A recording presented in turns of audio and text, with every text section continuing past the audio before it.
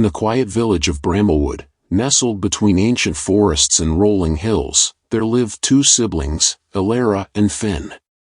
They were once part of a joyful family, with laughter that echoed through the meadows and love that warmed the coldest nights. But tragedy struck when their parents, Martha and Thomas, were taken by a relentless fever that swept through the village. Elara, at 16, was suddenly thrust into the role of caretaker for her 10-year-old brother, Finn. Their home, a small cottage at the edge of the village, was a sanctuary filled with memories.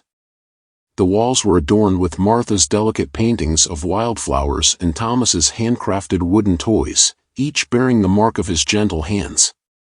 These remnants of their parents' love and creativity became both a comfort and a haunting reminder of their loss. After the funeral, Elara and Finn felt the weight of their new reality. The villagers, though kind, had their own lives and burdens. They offered sympathy and sporadic help, but the siblings soon realized they were alone in their grief. Elara, with her dark hair and solemn eyes, bore the burden of responsibility. She left school to work at the village bakery, waking before dawn to knead dough and bake bread. The work was exhausting, but it provided a meager income. Finn, who had always been a spirited and curious boy, became quiet and withdrawn. He continued attending school but often found his thoughts drifting to memories of his parents. One crisp autumn afternoon, as the leaves turned golden and the air grew chilly, Elara and Finn sat by the fireplace, its warmth a stark contrast to the coldness that had settled in their hearts. Elara looked at her brother, his face illuminated by the flickering flames. "Finn," she said softly, "we need to find a way to keep going. I know it's hard, but we have to believe things will get better." Finn's eyes, wide and glistening, met hers. "But how, Elara? How can things ever be okay again without Mom and Dad?" Elara took a deep breath, trying to hold back her own tears. "We have each other, Finn. We have to stay strong for them. They wouldn't want us to give up." The days turned into weeks, and the weeks into months. The winter came, harsh and unforgiving. Elara and Finn struggled to keep warm and fed. The villagers helped when they could, but their generosity was limited by their own hardships. Each night, Elara would tuck Finn into bed, whispering stories their mother used to tell, hoping to keep the darkness at bay. One evening, as the snow fell silently outside, there was a knock on the door. Elara opened it to find Mr. Holloway, the village elder, standing there with a solemn expression.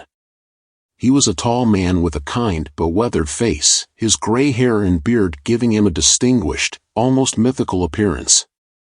"Elara," he began, his voice gentle yet firm, "I've come to talk to you about the future. It's clear that you and Finn are struggling. The village council has been discussing your situation." Elara felt a pang of fear. "We're doing our best, Mr. Holloway. I'm working at the bakery, and Finn is still in school. We don't need much, just enough to get by." Mr. Holloway nodded, understanding her pride and determination. "I know, my dear. But there's more to consider. The winter is harsh, and it's only going to get colder. The council is concerned about your well-being." Elara's heart sank. "What are you saying?" He sighed deeply. "There are some who think it might be best for you and Finn to move to the orphanage in the nearby town. They believe you'll have better care and support there." "No!" Elara's voice was filled with sudden panic. "We can't leave. This is our home. We're doing fine, really." Mr. Holloway placed a reassuring hand on her shoulder. "I understand, Elara. And I'm not saying you have to leave. But we need to find a solution that ensures you both stay safe and warm. The village will continue to help, but we must be realistic about what we can provide." Elara nodded, tears welling in her eyes. "Thank you, Mr. Holloway. We'll do whatever we can to make it through the winter." As Mr. Holloway left, Elara closed the door and turned to Finn, who had been listening quietly from the corner. He looked at her with a mixture of fear and hope. "Elara, "Are we going to be okay?" he asked, his voice trembling. Alara knelt beside him, pulling him into a tight embrace. "Yes, Finn. We'll be okay. We have to believe that. We'll find a way." The days grew colder, and Alara and Finn struggled to keep the fire burning and their spirits alive. One morning, Alara woke to find the cottage covered in a blanket of snow, its weight pressing down on the roof and blocking the door. She shivered, wrapping herself in a thin blanket, and went to check on Finn. He was still asleep, his small body curled under the covers, his breath visible in the cold air. Alara knew they couldn't stay like this. They needed more firewood, food, and warmth. She dressed quickly and ventured outside, the icy wind biting at her cheeks. She trudged through the deep snow to the village center, hoping to find help. At the bakery, Mrs. Lancaster, the kind-hearted owner, greeted her with concern. "Alara, you look frozen. Come inside and warm up." Alara stepped into the warmth of the bakery, the scent of fresh bread filling her senses. She felt a momentary relief, but the weight of her worries remained. "Mrs. Lancaster," she began, her voice quivering, "I don't know how much longer we can manage. The snow is so deep, and we're running out of firewood." Mrs. Lancaster's face softened with sympathy. "Oh, dear. We can't let you and Finn suffer like this. I'll speak to the council again, see if we can get more help." Alara nodded, grateful but also feeling a deep sense of helplessness. She wanted to be strong, to prove she could take care of her brother, but the reality of their situation was overwhelming. As she made her way back to the cottage, carrying a loaf of bread Mrs. Lancaster had given her, Alara's thoughts raced. She felt the cold seeping into her bones, and the weight of her responsibilities pressed down on her like the heavy snow. She knew she couldn't give up, but she didn't know how much longer she could keep fighting. When she returned home, she found Finn sitting by the fireplace, his face pale and his eyes filled with worry. He looked up as she entered, relief washing over him. "Alara, I was so scared. I thought you wouldn't come back." Alara hurried to his side, pulling him into her arms. "I'm here, Finn.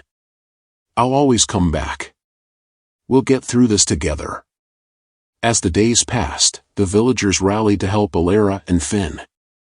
They brought firewood, food, and warm clothes.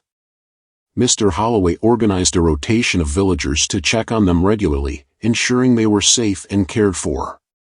Despite their own struggles, the community came together to support the siblings, their compassion shining through the harsh winter. Alara and Finn found moments of solace in the kindness of their neighbors. They began to see glimmers of hope, even in the darkest days.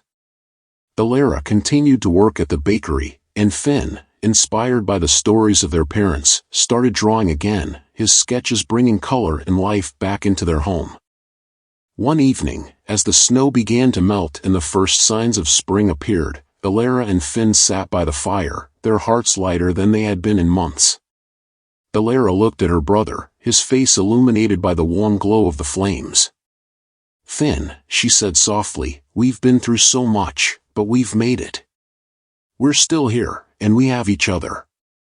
Mom and Dad would be proud of us." Finn smiled, a genuine smile that reached his eyes for the first time in what felt like forever. "I miss them, Alara. But I think you're right. They would be proud." As the seasons changed, so did Alara and Finn. They learned to navigate their grief and found strength in their bond. The village continued to support them, and in return, they gave back, helping others in need and becoming a part of the community that had saved them. Years passed, and Alara and Finn grew into adults, their bond unbreakable. They never forgot their parents or the kindness of the villagers. They carried the lessons of love, resilience, and hope with them, and in their own way, they honored the memory of Martha and Thomas by living lives filled with compassion and courage. In the end, they discovered that even in the darkest shadows, there is always a light. It may be small and flickering, but it is enough to guide the way home. This story captures the struggles and resilience of two orphan siblings as they navigate the challenges of life without their parents, finding strength in each other and the kindness of their community.